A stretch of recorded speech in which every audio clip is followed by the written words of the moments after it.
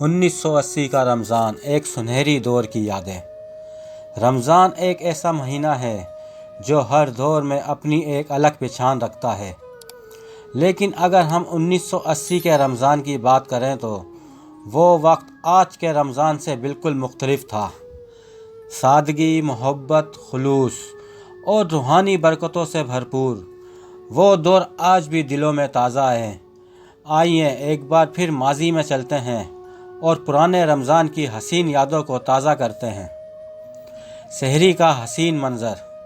آج کے دور میں لوگ الارم لگا کر اٹھتے ہیں، لیکن 1980 میں سحری جگانے والے محلے میں گھومتے، دروازے بجاتے اور آوازیں لگاتے، اٹھو بھائیوں، سحری کا وقت ہو گیا ہے۔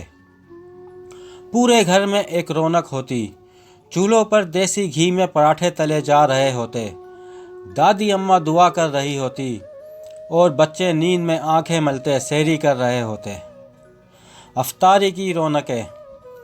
آج کے دور میں لوگ افطاری میں رنگ برنگے مشروبات، فاسٹ فوڈ اور مہنگے پکوان پسند کرتے ہیں، لیکن 1980 کے رمضان میں افطاری خالص اور سادہ ہوتی تھی۔ کھجور، شربت روح افزا، دہی بڑے، پکوڑے، چنا چاٹ اور گھر کی بنی ہوئی چٹنیوں کا مزہ ہی الگ ہوتا تھا۔ افطاری کے وقت سب ایک ساتھ بیٹھتے تھے، کوئی موبائل نہیں، کوئی ٹی وی نہیں، بس محبت بھری باتیں اور ہنسی مذاق۔ تراویح اور مساجد کا روح پرور منظر۔ آج تراویح میں لوگ جلدی نکلنے کی فکر میں رہتے ہیں، لیکن 1980 میں بچے اور بڑے سبھی شوق سے مکمل تراویح پڑھتے تھے۔ مساجد کی روشنی میں قرآن پاک کی گونج، امام صاحب کی خوبصورت قرات اور لوگوں کی پر اثر دعائیں دلوں کو سکون دیتی تھی۔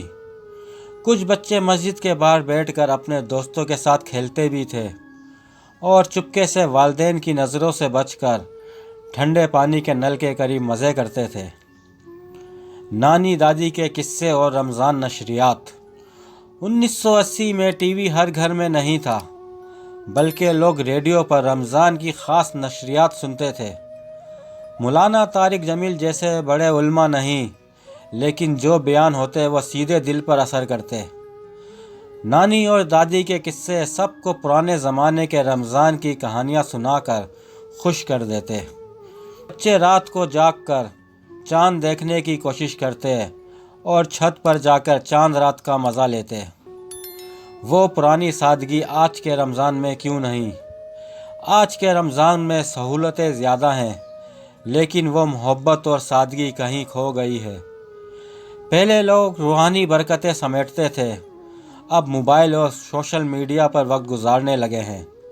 پہلے محلے میں مل بیٹھ کر افطاری ہوتی تھی، اب سب کچھ بس اپنی فیملی تک محدود ہو گیا ہے۔